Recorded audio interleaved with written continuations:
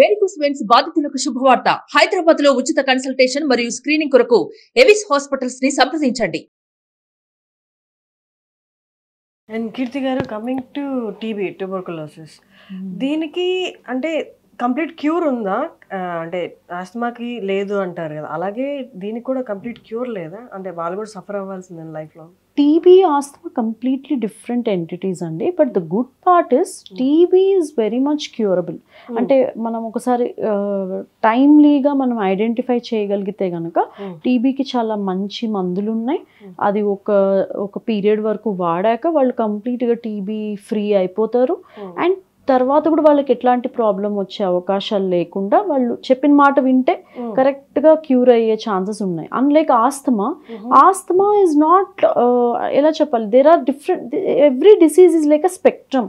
చాలా మైల్డ్ నుంచి చాలా సివియర్ వరకు ఉంటుంది.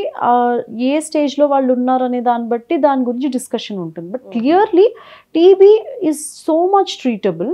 ఆస్తమా కంప్లీట్గా అంత క్యూరబుల్ కాదు. But at the same time asthma అప్పటికప్పుడు అటాక్ మనం ప్రివెంట్ చేయొచ్చు. బట్ టీబీ ఒక క్రానిక్గా కొన్ని నెలల పాటు అట్లా మందులు తీసుకోవాల్సి ఉంటుంది. They are different entities with different symptoms, different pathophysiology, everything. అసలు టీబీ ఎందుకు వస్తుంది? సో టీబీ మైకోబాక్టీరియం ట్యూబర్క్లోసిస్ అనే ఒక పురుగు, అంటే ఒక మైక్రో ఆర్గానిజం వల్ల అది స్ప్రెడ్ అవుతుందండి. ఇట్స్ లైక్, అంటే కోవిడ్లో ఎట్లా రెస్పిరేటరీ ఎరోజాల్ వల్ల ఎట్లయితే ఒకళ్ళు దగ్గుతే స్ప్రెడ్ అవుతుంది, ఆర్ ఒక దగ్గరగా కాంటాక్ట్ వల్ల స్ప్రెడ్ అవుతుందో, ట్యూబర్క్లోసిస్ కూడా అలాగే స్ప్రెడ్ అవుతుంది. ఒక పేషెంట్కి టీబీ ఉందనుకోండి, వాళ్ళ నుంచి పక్కన వాళ్ళకి స్ప్రెడ్ అవుతుంది. బట్ అందరికీ టీబీ అనేది డెవలప్ అవ్వదు, బికాస్ మన బాడీలో రోగ నిరోధక శక్తి బాగుంది అనుకోండి. దెన్ టీబీ సివియర్గా వచ్చే అవకాశాలు కానీ, అసలు టీబీ వచ్చే అవకాశాలు కానీ చాలా తక్కువ. అసలు మన గాలిలోనే ఉంటుంది. మన లాంటి డెవలపింగ్ కంట్రీస్లో ప్రతి చోట టీబీ బ్యాసిల్లే ఇట్లా ఎయిర్లోనే ఉంటుంది. కానీ మనందరికీ ఎందుకు టీబీ రాదు? ఇప్పుడు మేము కూడా టీబీ వార్డుల్లోనే పనిచేస్తాం, అందరూ దగ్గుతూనే ఉంటారు. మరి డాక్టర్స్కి ఎందుకు టీబీ రాదు? ఎందుకు అంటే బికాస్ మేము ఇమ్యూనిటీ మెయింటైన్ చేస్తాం. ఇప్పుడు అలాగే అట్లా అని చెప్తే కొంతమంది డాక్టర్స్కి కూడా పేషెంట్స్ నుంచి టీబీ వచ్చిన సందర్భాలు ఉన్నాయి. ఎవరైతే ఎక్సెసివ్ స్ట్రెస్లో ఉంటారో, సరిగ్గా టైమ్లీ ఫుడ్ తీసుకోరో, సరైన ఆ ఫుడ్లో కూడా మళ్ళీ ఇమ్యూనిటీ పెంచే లాంటి వైటమిన్స్, మినరల్స్ ఉండే ఫుడ్ తీసుకోరో, ప్రోటీన్ డెఫిషియెంట్ డైట్ తీసుకుంటారో, అట్లాంటి వాళ్ళకి టీబీ వచ్చే ఛాన్స్ ఉంటుంది. సో ఓవర్ క్రౌడింగ్ ఒక రీజన్ అయితే, ఆ క్రౌడ్లో ఎవరైతే ఇమ్యూన్ సప్రెస్డ్గా ఉంటారో, నాట్ ఓన్లీ ఫుడ్, ఇమ్యూన్ సప్రెషన్కి చాలా కారణాలు ఉంటాయి, లైక్ డయాబెటిక్స్. అందుకని ఎవరికైనా టీబీ ఉందనుకోండి, వాళ్ళు ఎస్పెషలీ డయాబెటిక్స్ కానీ, పెద్దవాళ్ళు కానీ, ఇంట్లో చిన్న పిల్లలు కానీ, ప్రెగ్నెంట్ విమెన్ కానీ, ఇవన్నీ కొద్దిగా ఇమ్యూనిటీ తక్కువ ఉండే కండిషన్స్ అనమాట. వీళ్ళ నుంచి మనం ఎక్కువ సెపరేటెడ్గా పెట్టాలి వాళ్ళని. అదొక సోషల్ స్టిగ్మా లాగా చూడకుండా వాళ్ళని ఇన్నఫ్ ఎడ్యుకేట్ చేసి వాళ్ళని ఇమ్యూన్ సప్రెషన్ కండిషన్స్లో ఉండే వాళ్ళకి ఎక్స్పోజ్ అవ్వకుండా చేయాలన్నమాట. దాంతోపాటు అన్ని రకాలుగా వేరే ఎలాంటి ప్రాబ్లం ఉన్నా ఇమ్యూనిటీ బాడీలో కొద్దిగా తగ్గుతుంది కాబట్టి అలాంటి వాళ్ళకి వీళ్ళని దూరంగా పెట్టాలి. సో టీబీ కూడా ఇలా ఏరోజోల్ ఇన్ఫెక్షన్ వల్లనే వస్తుంది. ఒకళ్ళు తగ్గితే వాళ్ళ నుంచి పక్కన వాళ్ళకి స్ప్రెడ్ అయ్యే డిసీజ్.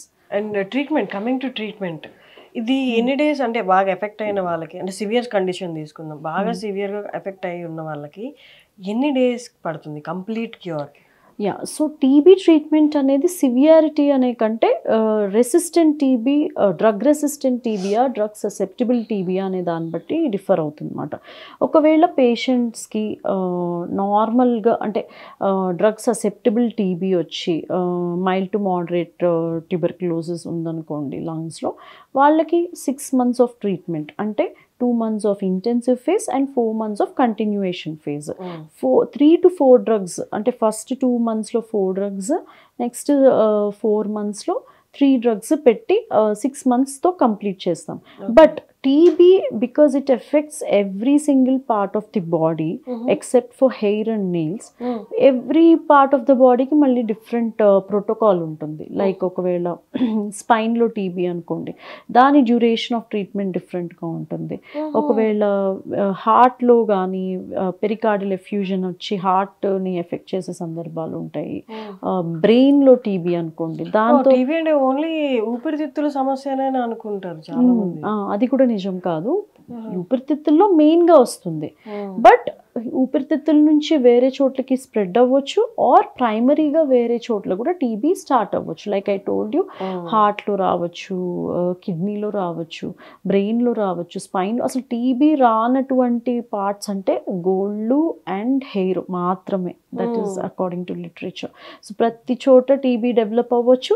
దానికి మళ్ళీ ట్రీట్మెంట్ ప్రోటోకాల్ ప్రతి పార్ట్ ఆఫ్ ద బాడీకి డిఫరెంట్ ఉంటుంది. సో అది ల్యాక్ ఆఫ్ నాలెడ్జ్తో అందరూ ఒకటేలాగా ఒకసారి చెప్తే అలాగే వాడుకుంటూ వాళ్ళు ఇష్టం వచ్చినట్టు స్టాప్ చేసేస్తారు. So that is the whole problem.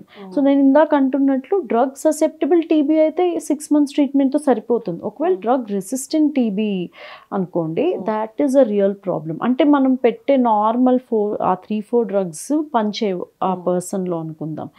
Then almost 2 years treatment తీసుకోవాల్సి వస్తుంది. అండ్ ఆ ట్రీట్మెంట్ కూడా ఆ పెట్టే డ్రగ్స్ ఏవైతే ఉంటాయో అవి చాలా సైడ్ ఎఫెక్ట్స్ ఉంటాయి. అవి టాలరెన్స్ చాలా తక్కువ ఉంటుంది. అంటే దానివల్ల విపరీతంగా వాంతులు అవ్వడము, బాడీ ర్యాష్ రావడము, ఇంకో కొత్త ప్రాబ్లం రావడము. అంటే టీబీ వల్ల వచ్చే సిమ్టమ్స్ కంటే కూడా వాటి వల్ల ఉండే సైడ్ ఎఫెక్ట్స్ కొద్దిగా ఎక్కువ ఉంటాయి. అది కూడా సరైన పర్యవేక్షణలో వాడని వాళ్ళకైతే ఇంకా లైక్ కొన్ని రోజులు వాడి వాళ్ళంతటి వాళ్ళు అవి తట్టుకోలేక స్టాప్ చేసే వాళ్ళు కూడా ఉంటారనమాట. అలాంటి డ్రగ్ రెసిస్టెంట్ టీబీ మన కొద్దిగా కంట్రీలో అంటే పువర్ సోషియో ఎకనామిక్ స్టేటస్ ఉండే అలాంటి ప్లేసెస్లో ఎక్కువ. బికాజ్ మనం ఎంత ఎడ్యుకేట్ చేసిన వాళ్ళు they don't follow what you tell. And వాళ్ళకి డ్రగ్ రెసిస్టెంట్ టీబీ అంటే they spread that because of overcrowding and whatever economic issues that are there. ఇంకొకటి, ఇంట్లో ఒకరికి టీబీ ఎఫెక్ట్ అయితే వారి వల్ల ఇంకొకరికి వ్యాపిస్తే వాళ్ళకి రాసిచ్చిన కోర్సే వీళ్ళు కూడా వాడేస్తూ ఉంటారు. అట్లా వాడచ్చు? అది కూడా కరెక్ట్ కాదు. అదే నేను చెప్తున్నాను. ఇప్పుడు వీళ్ళకి ఏ part of the body affect అయింది, వీళ్ళ దగ్గర ఉండింది, వీళ్ళకి ససెప్టబుల్ టీబీ ఉండొచ్చు, వీళ్ళు కొత్తగా వచ్చిన వాళ్ళది డ్రగ్ రెసిస్టెంట్ టీబీ అయి ఉండొచ్చు. వీళ్ళు సరిగా మందులు వాడలేదనుకోండి, వీళ్ళకి డ్రగ్ రెసిస్టెంట్ టీబీ వచ్చింది అనుకోండి, వీళ్ళ ట్రీట్మెంట్ టోటల్గా డిఫరెంట్ ఉంటుంది. సో ఆల్వేస్ ఏదైనా కూడా అసలు అది కూడా టీబీ లాంటి ఒక భయంకరమైన వ్యాధి గురించి ఏం తెలుసుకోకుండా అవగాహన లేకుండా మందులు వాడడం అనేది ఇంకా dangerous. Not only for you, for the community, for the society. మనం ఒక డేంజరస్ బ్యాక్టీరియా మనలో ఉంది, దానిని కూడా మనం సరిగ్గా ట్రీట్ చేసుకోకుండా ఇంకా దాన్ని డేంజరస్గా మార్చి దాన్ని స్ప్రెడ్ చేస్తున్నాం సొసైటీలో. అది ఇంకా మనం దాన్ని హ్యాండిల్ చేయడం కూడా ఇంకా చాలా కష్టమైపోతుంది అనమాట. సో ఇవన్నిటి ఫ్యాక్టర్స్ మీద బేస్ అయి ఉంటుంది అనమాట ట్రీట్మెంట్. కొంతమందిలో స్టిరాయిడ్స్ కూడా పెట్టాల్సి వస్తుంది టీబీ ట్రీట్మెంట్తో పాటు. అది కూడా తెలుసుకోవాలి ఎలాంటి వాళ్ళకి ఎన్ని రోజులు పెట్టాలి. Because on one side steroid అనేది ఇమ్యూనిటీని తగ్గిస్తుంది. అట్లా తగ్గిస్తూ ఉంటే టీబీ మళ్ళీ ఫ్లేరప్ అయ్యే ఛాన్సెస్ ఉంటాయి. సో హెచ్ఐవి టీబీలో ట్రీట్మెంట్ డిఫరెంట్గా ఉంటుంది. మళ్ళీ హెచ్ఐవి వాళ్ళకే టీబీ ఎక్కువగా వస్తుంది. So there are lot of variables that we need to consider when we are treating a certain TB patient. So ఒకళ్ళకి వచ్చినట్లే ఒకళ్ళకి ఇచ్చిన ట్రీట్మెంట్ ప్రకారంగానే అందరూ ఫాలో అవ్వలేరు. Always consult the specialist. ఒక దగ్గర ఉండే పల్మనాలజిస్ట్ని కన్సల్ట్ అయ్యి ప్రాపర్ ట్రీట్మెంట్ తీసుకోవడం ఎప్పుడు కూడా better. Thank you so much Keerthi గారు.